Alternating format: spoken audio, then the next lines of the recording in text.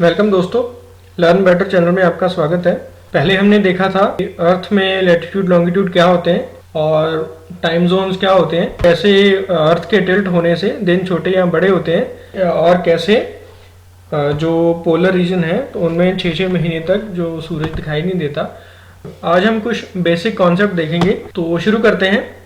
तो हमें पता है कि जो अर्थ है वो सन के अराउंड चक्कर लगाती है, रिवॉल्व करती है। तो जैसे भी वो चक्कर लगाती है उसका एक पाथ बन जाता है। तो जो भी पाथ होता है अर्थ का उसे हम बोलते हैं ऑर्बिट। तो ऑर्बिट का देखते हैं हम कि ऑर्बिट क्या होता है, कैसे होता है।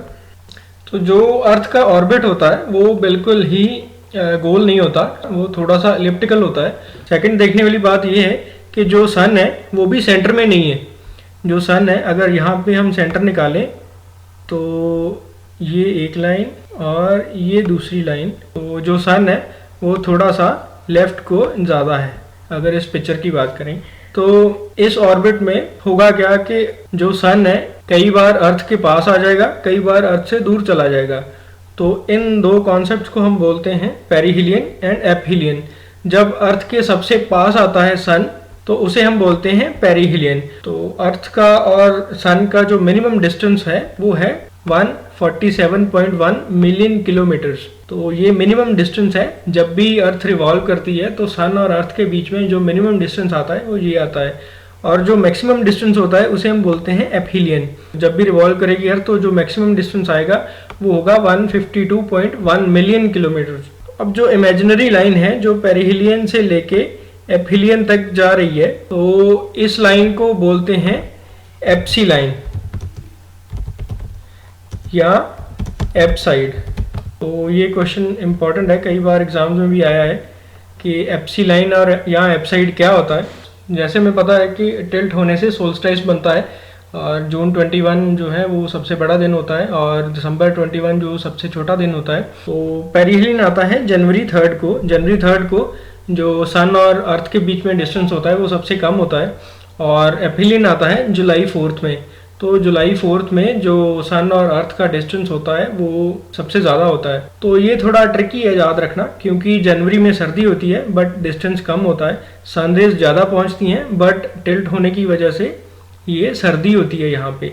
और जुलाई में जो है वो गर्मी होती है बट डिस्टेंस जो है अर्थ का वो सन से ज़्यादा होता है। तो ये थोड़ा ट्रिकी है याद रखना, बट हम ऐसे याद रख सकते हैं कि 4 जो है 4 बड़ा है, मतलब बड़ा डिस्टेंस है, 3 छोटा है तो छोटा डिस्टेंस है। तो जैसे हमें पता है कि अर्थ जो रिवॉल्व करती है सन के अराउंड, वो वैसे ही हमारा मून है, मून भी अर्थ के अराउंड रिवॉल्व करता है। मून को हम बोलते हैं नेचुरल सैटेलाइट है अर्थ का, जो अर्थ के अराउंड घूमता रहता है। तो जैसे अर्थ का ऑर्बिट था वैसे ही मून का ऑर्बिट भी सेम ही है। तो ऐसे है मून का ऑर्बिट। तो मून का ऑर्बिट भी सेम ही है। अर्थ जो है वो सेंटर में नहीं है। अगर हम सेंटर निकालें तो यहाँ पे सेंटर बनता है बट अर्थ जो है वो लेफ्ट साइड को है। तो जब भी मून जो है रिवॉल्व करेगा अर्थ के राउंड तो एक सिचुएशन आएगी जब डिस्टेंस कम है, एक सिचुएशन आएगी जब डिस्टेंस ज़्यादा है अर्थ से। तो जब डिस्टेंस कम होगा उसे हम बोलते हैं पेरिगी, और जब डिस्टेंस ज़्यादा होता है उसे हम बोलते हैं अपॉजी। तो पेरिगी और अपॉजी का एक इफेक्ट है जो मून पे। तो वो क्या है, जब भी जो डिस्टेंस है अर्थ से मून का डिस्टेंस कम होगा तो हमें मून थोड़ा बड़ा दिखेगा, जब भी डिस्टेंस ज़्यादा होगा तो मून हमें छोटा दिखेगा।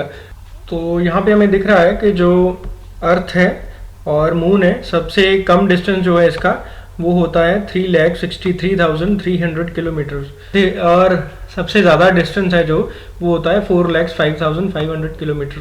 तो इस डिस्टेंस से क्या होता है कि अर्थ जो है उससे मून जो है पास में दिखता है। तो पास में दिखेगा तो थोड़ा बड़ा दिखेगा और जब भी दूर होता है तो थोड़ा छोटा दिखेगा। तो इसे हम बोलते हैं सुपर मून। जब बड़ा दिखेगा तो सुपर मून है, जब छोटा दिखेगा तो माइक्रो मून। तो ये कॉन्सेप्ट है पेरिगी, अपॉजी और एपहिलियन, पेरिहिलियन, एप्सी और एपसाइड। तो ये इंपॉर्टेंट टॉपिक्स हैं, तो ये बहुत सारे एग्जाम में पूछे भी जाते हैं। तो ये था आज का टॉपिक, बेसिक कॉन्सेप्ट जो है। Thank you very much. Channel को सब्सक्राइब जरूर कर दो और साथ वाला बेल आइकन दबा दो ताकि आपको आने वाली वीडियोज़ जो हैं वो पता चलती रहें। Thank you very much.